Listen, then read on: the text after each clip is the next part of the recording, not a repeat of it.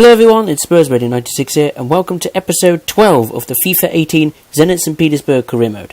Now, as you know, if you haven't checked out the last episode, I suggest you do so, where we concluded our Europa League campaign, and also we had some Russian Premier League action against Akhmat Grozny and FC Ural. Check it out. Now, this episode was just, obviously now we're in the 3-month winter break, so we won't have any Russian Premier League action till March, and any Europa League action until February. So I'll just go. This episode will just be about for transfers and who will be playing who in the Europa League and Champions League knockout stages. We start off with the young players. Zurkov, our left back, has left to join West Bromwich Albion. Of course, these are the players who had deals, pretty much done and put onto paper during the first half of the season, but were only allowed to leave in the January transfer window. So Zurkov has left to join West Bromwich Albion.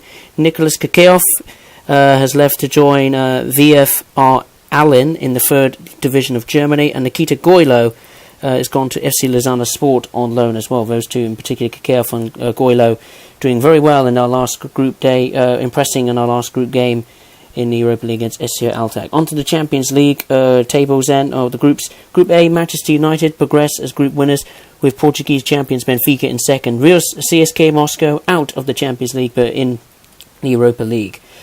Group B, German champions Bayern Munich progressed quite comfortably, obviously, with Paris Saint-Germain in second place. RSC Anderlecht, the Belgian champions, are out, but are in the Europa League knockout stages of round 32. Celtic, the Scottish champions, are out altogether. Group C, Spain's Atletico Madrid tops the group, with English Premier League champions Chelsea in second place. Germany's Hoffenheim will go to the Europa League, finishing third place with only 3 points. Roma Donstead last with no wins at all, 2 draws and 4 defeats.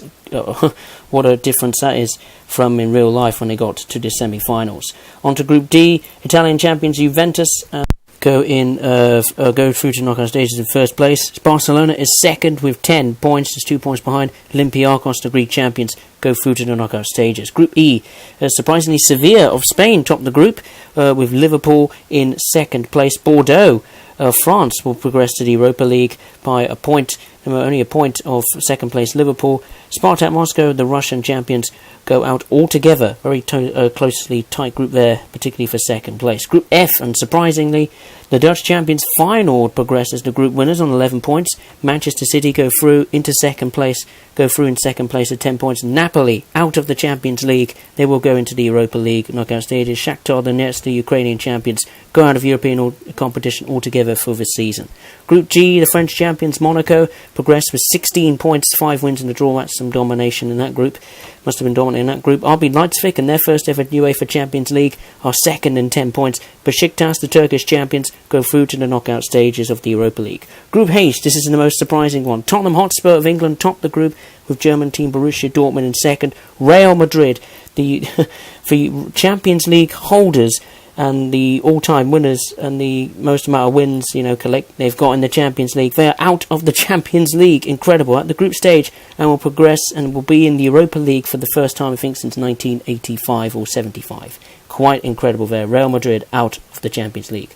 On to the Europa League. Group A, Spain's Villarreal and Poland's League Poznan will progress to the knockout stages. Group B, Turkey's Fenerbahce and Belgium's KAA Ghent progress in Group B to the round 32 stage. Group C, Turkish team Başakşehir, I think as I say it, go through in winners of Group C. Freiburg of Germany are in second place.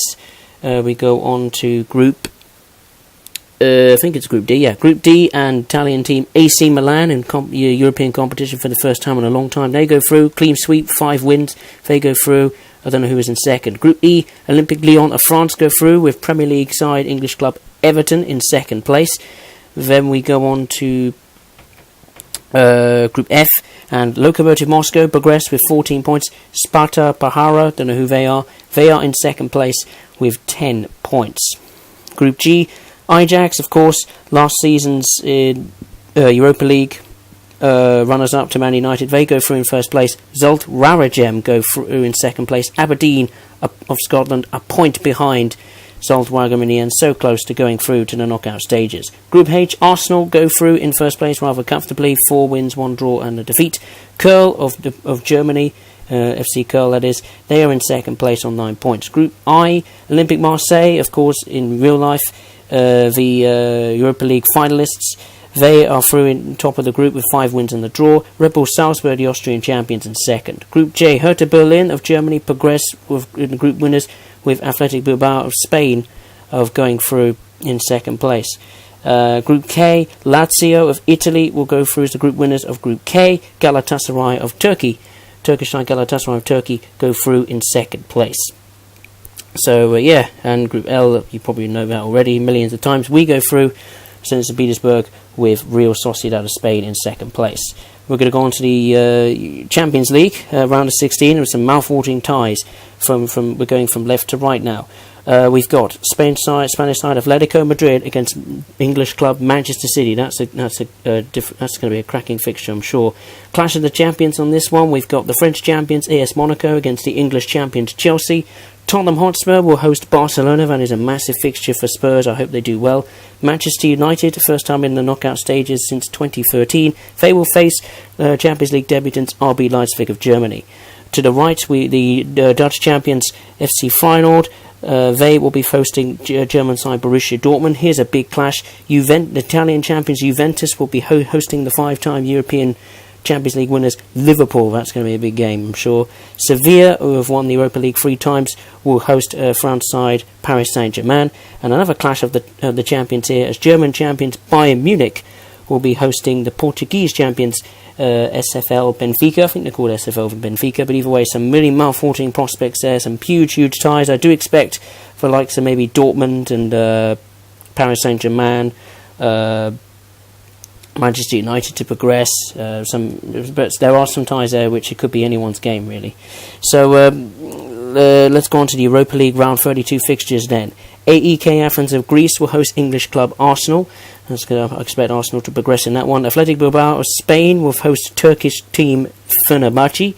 Russian team CSKA Moscow will host Olympique Marseille of France. That's going to be a big fixture, but this is really a big fixture. Premier League side Everton will host the disgraced Champions League holders Real Madrid. That's going to be a big game. I'm sure if Real Madrid can beat Everton, they're surely going to be favourites to win this Europa League. Freiburg of Germany will host Serie A Italy's Napoli. Turkish club Galatasaray will host Germany's Hertha Berlin. Bordeaux of France will host Turkish club Başakşehir. KAA Ghent of Belgium will host the real life last season's finalists, the Dutch team Ajax. FC Köln of Germany will host the Russian club Lokomotiv Moscow. League Poznan of Poland will host the Turkish champions Besiktas. Here's the big one. Olympiacos, the Greek champions, I believe, or whoever, one of the big clubs in Greece, they will host us, Zenit St. Petersburg. Red Bull Salzburg, the Austrian champions, will host France's Olympique Lyonnais. And Real Sociedad, who are our opponents in Group L and finished second place, will be hosting Serie A side AC Milan. RC Anderlecht of Belgium will host Spanish side Villarreal. Sparta Praha, whoever they are, they will host Serie A Italy side Lazio. And Zulte Waregem, whoever they are, they will be hosting German club Hoffenheim. So some really big fixtures there, particularly the Real Madrid-Everton one. I think that's going to be one of the standouts of the round 32 stage. It's going to be really interesting to see who can do it. On to transfers now, and of course Alexandra Kokorin, our number 9 striker, is in high demand, not just by the likes of Barcelona, but also Valencia, AC Milan, and FC Schalke as well. So some big interest from those clubs, but we're going to resist everything we can to keep him for the rest of the season. This is a bit of a shock though. Unfortunately, Leicester City once again have snapped up Dominic Crescito, the captain, the left back of the first team. He had a release clause of £14 million, and I never knew that. I forgot about that he had a release clause. And I was going to wait until the end of the season, because obviously he was in the last year of his contract. I was going to wait till the end of the season to make my decision as to whether I should keep him. Obviously, you lot wanted him to stay. I was going to wait till the very end to, just to see, you lot get more of a better picture of whether I should keep him or not. But sadly, he has got a release clause. Leicester City paid for his release clause. My mistake there. I'm really, really sorry. As you can see there by the bottom, Kapelenko has been loaned out to Regensburg, so that's good for him. He can get some good first team experience there. And you can see there briefly, Crescito has been sold to Leicester City, so we have to get a left back. Then this appeared up. Andrei Luna, our number 1 goalkeeper, also had a release clause of £24.7 million.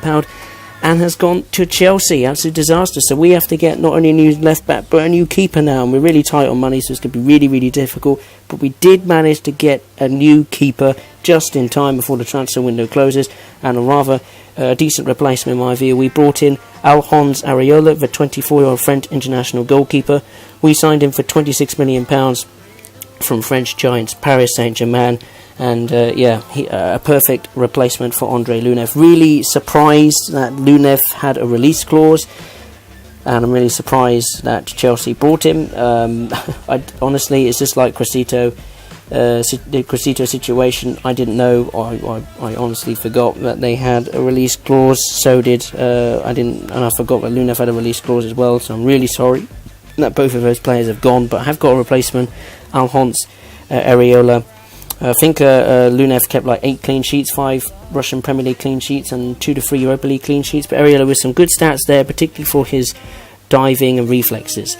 We did manage to, we've managed to get a left back, Michel Dijks, from the Dutch team Dutch Giants Ajax, and he had 6 months left in his contract, and we were free to sign him. We didn't have to pay anything, so we were able to sign him, but so it's a pre-contract basically, but he will join us as soon as, not this transfer window opens, the next transfer window opens. So basically at the end of season 1 he will join us. So that is a bit frustrating, which means that Neighbourlin, who is in the secondary team, will have to be in Cressito's place, and we will have to get one of our left backs on loan, who's on loan at another club, to fill in for Neighbourlin's place in the secondary team. So we'll just have a roundup here. Kapelenko has gone on loan to Regensburg. That's great for him. He impressed in the Europa League. Hopefully he can, hopefully his stats will increase, so maybe be a member of the secondary team. Cressito sadly left the club. I know, or some of you wanted him to stay, and I did want to leave it to the last minute, but that has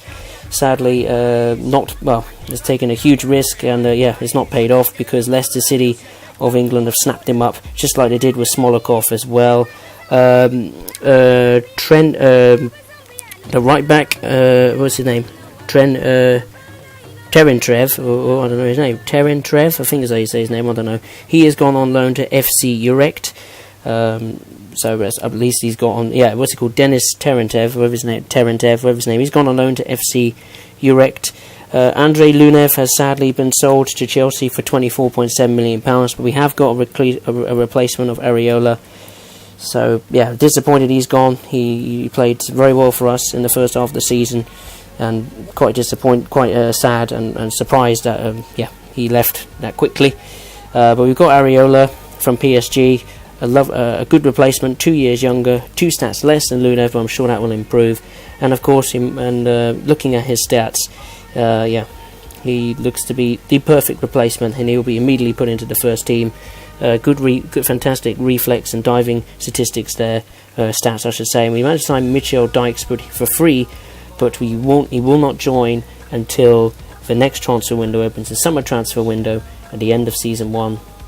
So very busy and hectic transfer window. Surprised that Real Madrid are out of the Champions League. That makes our Europa League campaign more and more exciting, because we might maybe have a possibility of facing the disgraced Champions League holders, Real Madrid. No doubt they have a strong team with Ronaldo, Bale, Benzema and so on forth. Let's look at the round of games for the next episode of episode 13, where we will have the round 32 Europa League stage of Olympiacos away and then at home in the Krastovsky Stadium, before we will return to Russian Premier League action against bottom club Amkar Perm.